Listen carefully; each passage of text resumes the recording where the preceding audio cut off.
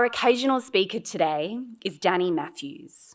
Dani Matthews, co-founder at Abundium, is dedicated to advancing Abundium's vision of better leaders for a better world. She co-leads a vibrant community of global citizens and works alongside multinational and not-for-profit organisations to scale leadership impact and create meaningful systemic change.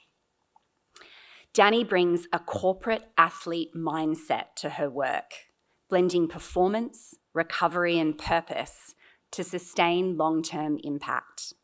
She is also a strong advocate for sustainability, equity and women in leadership. Dani has been honoured as an adjunct associate professor industry at UTS Business School, recognising her contributions to leadership, impact and education. She is the author of the Belief Loop blog on Substack, a fortnightly newsletter on belief, alignment, and the life you create. On a personal note, she's a proud mum of 2 boys and a miniature Groodle who drive her to be the change she wants to see in the world. It gives me great pleasure to invite Dani Matthews to deliver the occasional address.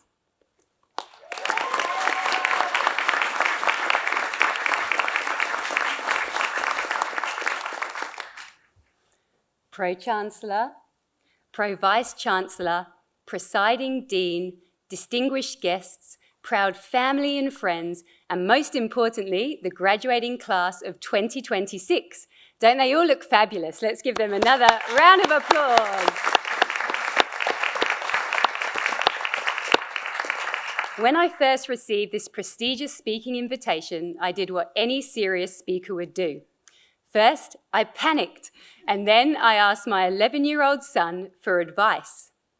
He went quiet for a moment, which for Ethan, who's here today looking very smart in a tuxedo, is very unusual. And then he looked at me and said, "Mum, you have to say yes. These people have been waiting their whole lives for this moment. This is important. No pressure." No pressure. Thanks, Ethan. So I took his advice seriously, and I've been reflecting for weeks on what would be most valuable to share with you today. And I kept coming back to the same word, belief. And not just belief, but belief before proof. The decision to back yourself, back an idea, back a future before you have any single evidence to support it. And having had the privilege of working alongside thousands of C-suite and emerging leaders of global companies through Abundium and the UTS Business School community, I have observed across different industries, different countries, all levels of success, that those who have the greatest impact over time share one quiet quality. They are willing to hold an unproven belief about themselves and others before anyone else can see it. We heard from Pro-Chancellor before. You are graduating in one of the most extraordinary and fast-moving moments in human history, with AI reshaping every industry, every profession, every assumption about what work means and the leadership requires. And the world needs your ambition, your ideas, more than ever. And the greatest threat to your potential is not the economy or the algorithm or the competition. It's the shrinking of what you are willing to believe is possible for yourselves. One of the most important skills you'll ever develop beyond any technical expertise, credential or connection is your capacity to hold a bold, unproven belief about your future before you have a single piece of evidence to support it. Machines have artificial intelligence. You have something no algorithm can replicate.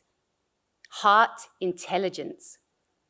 And this isn't soft, this is the ability to make someone feel truly seen, to ask a question no one thought to ask, to negotiate with empathy. And belief isn't just a thought, it's a physical state.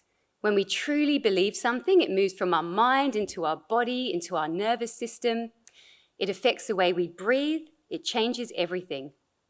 It changes how we show up, how we lead, and what we attract. Now, I'd love you all to just take a moment and think about a bold belief for your future. Have a think. It could be anything connected to your future. Now take in a big belief breath. Let's do a big inhale and release it. That's moving the belief into your physiology. That's belief doing its work. I know what it feels like to back an unproven belief. I moved from England to Australia with no guarantee, no roadmap, only a quiet, persistent knowing. I could visualize myself living here before I'd physically arrived. My heart knew before my head did. And I know when I look around this room, I'm not alone with that. Many of you have crossed oceans to study here, and you have friends and family sitting beside you or behind you that have travelled extraordinary distances to be here today.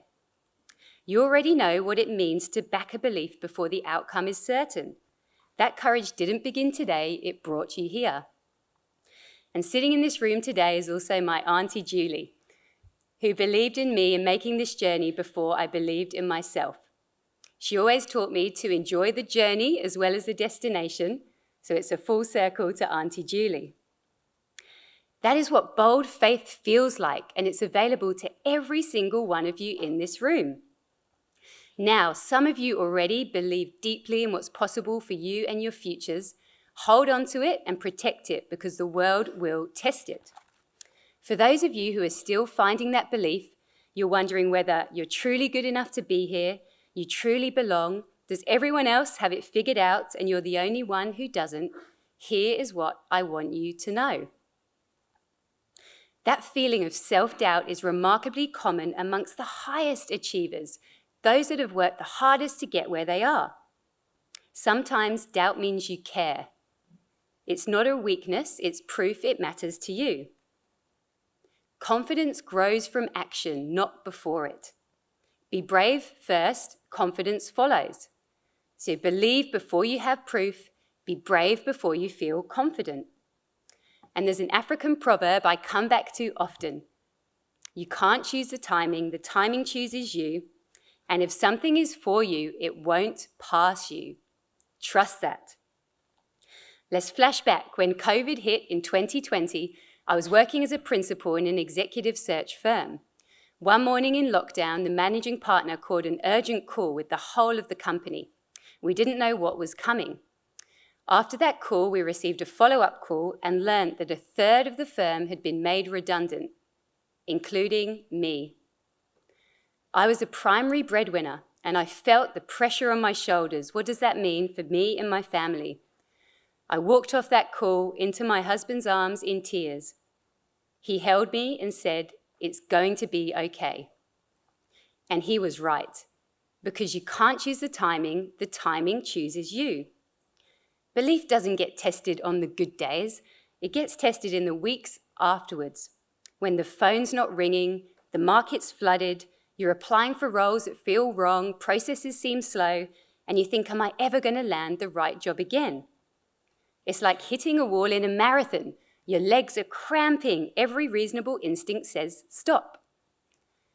That's the moment that defines you, not reaching the finish line, yet continuing when stopping seems like the only option. A mentor called me during those tough weeks and simply said, "Back yourself." Shortly after that, a new opportunity emerged. My former colleague and future co-founder, Rich, who's also here today, had a vision. I was his belief partner. We had a mission to reinvent a multinational leadership network with more social impact at the heart. We truly believed that better leaders could create a better world.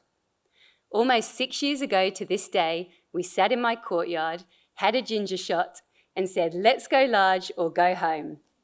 That was the moment Abundium was truly born. What I've learned is that there's a cost to thinking small. It costs the same to think small as think big.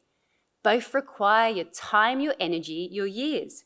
The difference is what you build with them. I've learned to shoot for the stars. You may hit the moon, but if you focus on the footpath, that's exactly where you'll land. We were unproven as co-founders. There was no data saying that we were the right people to build something meaningful to the most sophisticated leaders in the country, yet we backed ourselves anyway. We had mentors that believed in us. We chose bold faith over certainty, showed up fully and consistency, and the universe aligned. Today, Abundium is a network where leaders come not just to connect, but to think bigger in themselves and others. The no that felt like the end ended up being a new beginning. And through that experience and years of working aside leaders and reflecting and journaling, I've learned that growth is never linear. It's cyclical, and I call it the belief loop. It starts with belief, a bold, unproven faith before the evidence arrives. It then moves to alignment, gratitude, awareness, service, and capacity. And finally, receiving, actually letting the success in, which for most high achievers is the hardest part. And then the loop begins again with another belief breath. You are not just economic and business school graduates. You're the next generation of leaders, founders, community builders, and change makers. You're exactly the kind of thoughtful, committed people we need to change the world. And it all starts with a single, unproven belief. Now, I'd like you to take a moment to look around the room. Try and lock eyes with your family and friends who have brought you here today, if you can see them behind you or next to them, and really do look at them. These are the people who believed in you before you believed in yourself. Their faith was the bridge between who you were and who you are today. Never underestimate the power of surrounding yourselves with people who believe in you, and become that person for someone else. Be the one who sees what's possible for someone and sponsor them. That is one of the greatest gifts a person can give another. And one more thing a mentor once told me: if you're not having fun, you're not doing it right, so make sure you keep the joy on the journey. So here is what I want to leave you with today. Believe before you have proof. Be brave before you feel confident. Believe in what makes you irreplaceable, your humanity, your heart, your difference. Let doubt remind you that you care. Enjoy the journey. Surround yourself with believers and become one for others. And when success arrives, like today, receive it. Ethan was right. You've been waiting your whole life for this moment. Please enjoy it.